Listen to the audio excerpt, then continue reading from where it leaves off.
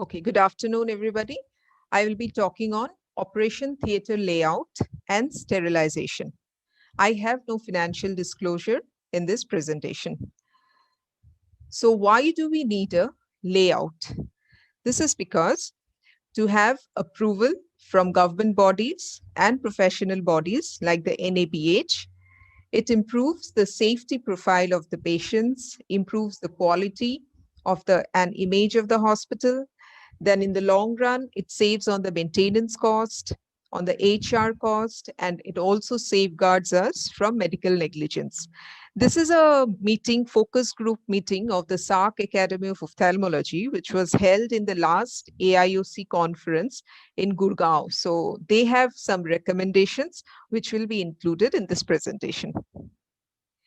So there are two categories which we have control on. One which starts prior to the construction of the OR, which is the engineering control.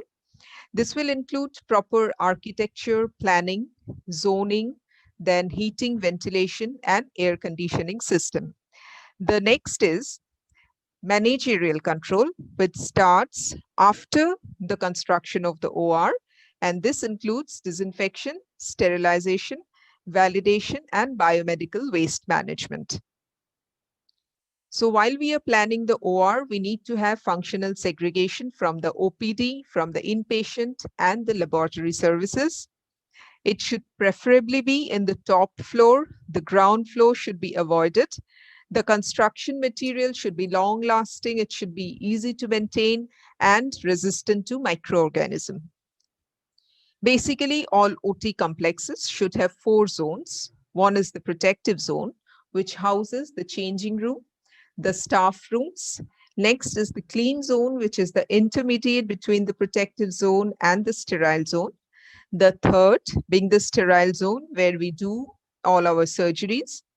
And the fourth is disposal zone, where our instruments are processed and cleaned and the wastes are disposed.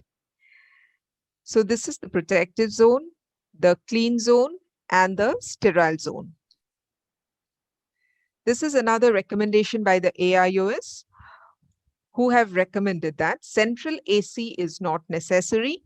Split AC is acceptable for those who do not have HEPA filters, but NABH, of course, recommends HEPA filters, though till now there is no consensus of benefit of HEPA filters. Strict no to fan and window AC. Water tank, as has already been mentioned, each IOT should have a separate water tank and it should be treated at the user end. That is, after washing hand with 7.5% povidone iodine, it should be cleaned with AquaGuard water. And finally, we then use alcohol-based hand rub or sterilium. The water tank, as has been already told, it should be cleaned and it should be documented about the cleaning. So these are the NABH recommendations for IOT. 260 square feet of space is required, but AIOS has made this 160 square feet provided the occupancy is 4. Humidity needs to be maintained at 40 to 60%, temperature 21 to 24. And air handling unit should have 2 sets of pre-filters and 1 terminal HEPA filter. The flooring should be seamless, non-porous, and smooth. It should be easily cleanable repeatedly. The walls should be dust-proof and moisture-proof. Door should be preferably this kind of self-sealing door so that you need not use your hands to open them. The paint should be antibacterial and antifungal. Clean room lights should be present in the OT. And since we are dealing with costly phaco machines and vitrectomy machines, each OT needs to have a separate power circuit with a UPS backup. For those who have the provision of working in a modular OT, this is one of the best options because it is engineered with guaranteed performance and it provides a very smooth and comfortable environment. This is the fourth zone which each OT should have, and it should be equipped with a wash basin, a sink for washing the instruments, a discharge table, and some clean storage shelves. Coming to the second part of my talk, which is the sterilization, as we realize that major source of infection is instruments, so proper cleaning and reprocessing of surgical instruments cannot be overemphasized. So basically the cleaning process has to start immediately. So for that, we need two sets of staff, one who will be assisting us in the OR and the second set who will be doing the cleaning work. First, we separate the sharp and blunt instruments. Then they are rinsed in distilled water.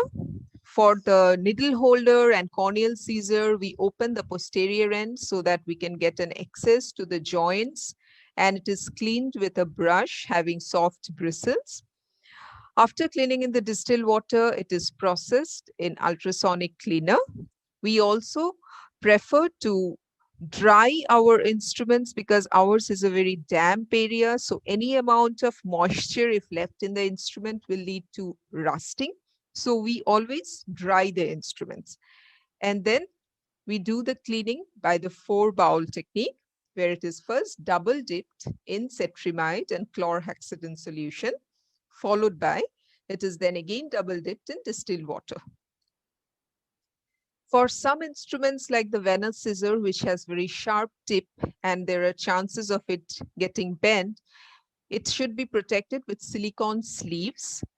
And after that, all the instruments are packed in stainless steel boxes as cataract sets or glaucoma sets and retina sets, and these are kept ready for sterilizing. So how do we process the hollow instruments? Hollow instruments would include all the phaco probes, the irrigation aspiration port, and for that, we have to flush them with distilled water and not with tap water. This flushing is preferably done by a 60 cc syringe and not a 10 cc syringe. 3 times you have to flush with distilled water, followed by 3 times flushing with air, and then we proceed it for autoclaving. The packaging for steam autoclave and for ethylene oxide is again separate. Here, first in the stainless steel box, we put a chemical indicator. Then it is wrapped in first layer of cotton cloth. A chemical indicator is put on top of that. It is again double wrapped with the second layer of cotton cloth, and the indicator is put with date and time. For sterilizing in the ETO box, these are the rolls that need to be cut according to the size of the instruments. They are double packed, and these rolls come with indicator strips inbuilt, which changes color after sterilization has been done. So how do we process the mostly linen and metallic instruments are processed in steam under pressure, that is autoclave. Could be either horizontal or vertical autoclave, but horizontal is preferred. And this should be kept in a logbook when this instrument was sterilized, when it was used, because it should be used within 48 hours. In between cases, if you have very long list of OT, in between cases, you can do again autoclaving, and this should be documented. For long tubings, class B autoclave is preferred. AIOS does not recommend chemical sterilization now at all. This is how an ETO gas sterilizer functions.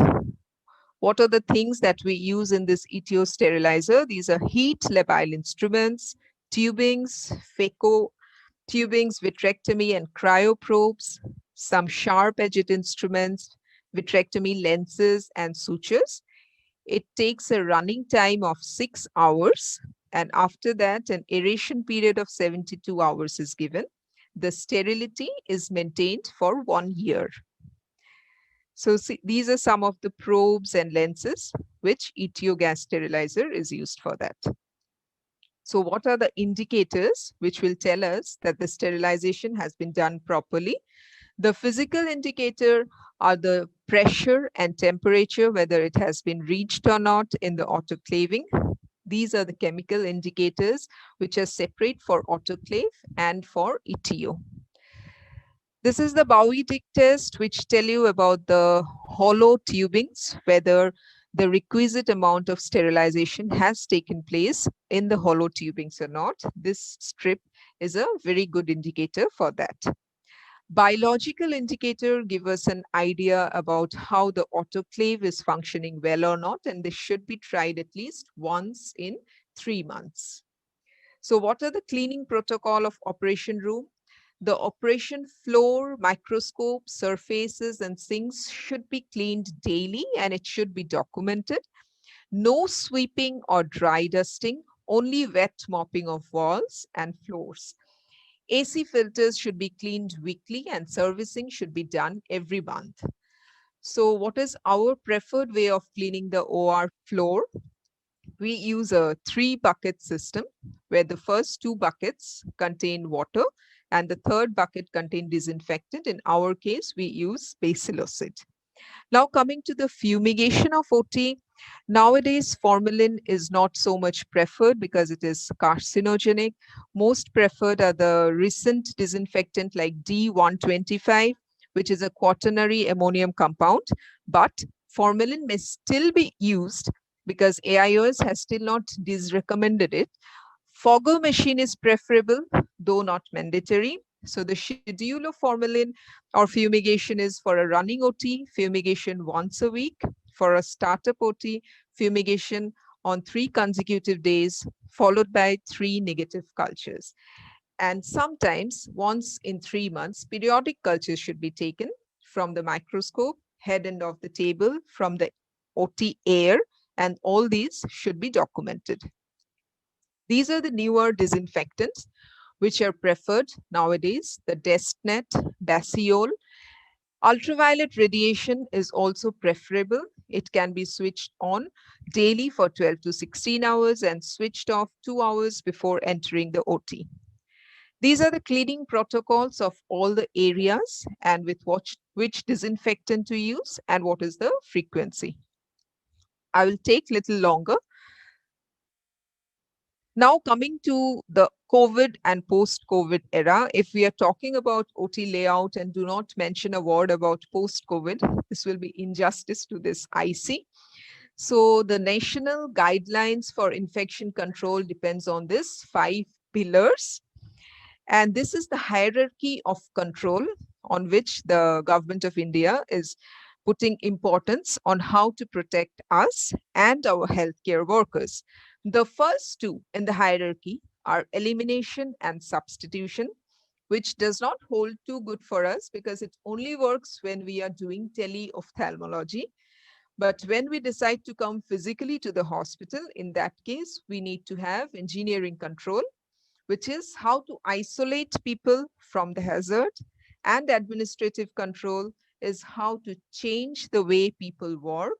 And under this administrative control, we have to immunize our healthcare workers. And finally, in the bottom of the hierarchy is the personal protective equipment. We have to provide judicious PPE use to all our staffs. This is a good read in the IJO, which is a recommendation by the AIOS on the preferred practice pattern of how to operate both in the OT and also in the OPD. These are the various levels of PPE which needs to be used. The only important thing that I want to highlight is importance of double mask cannot be overemphasized. We should preferably wear a 3-ply mask. Over that, we can use an N95 mask. Our normal OT gown should be okay. And over that, we have to have a goggles, head cover, and double gloves. So this is the hospital infection control, which concentrates on hand hygiene, respiratory etiquette. We have to triage patients and do judicious and appropriate PPE use. Thank you very much for your kind attention.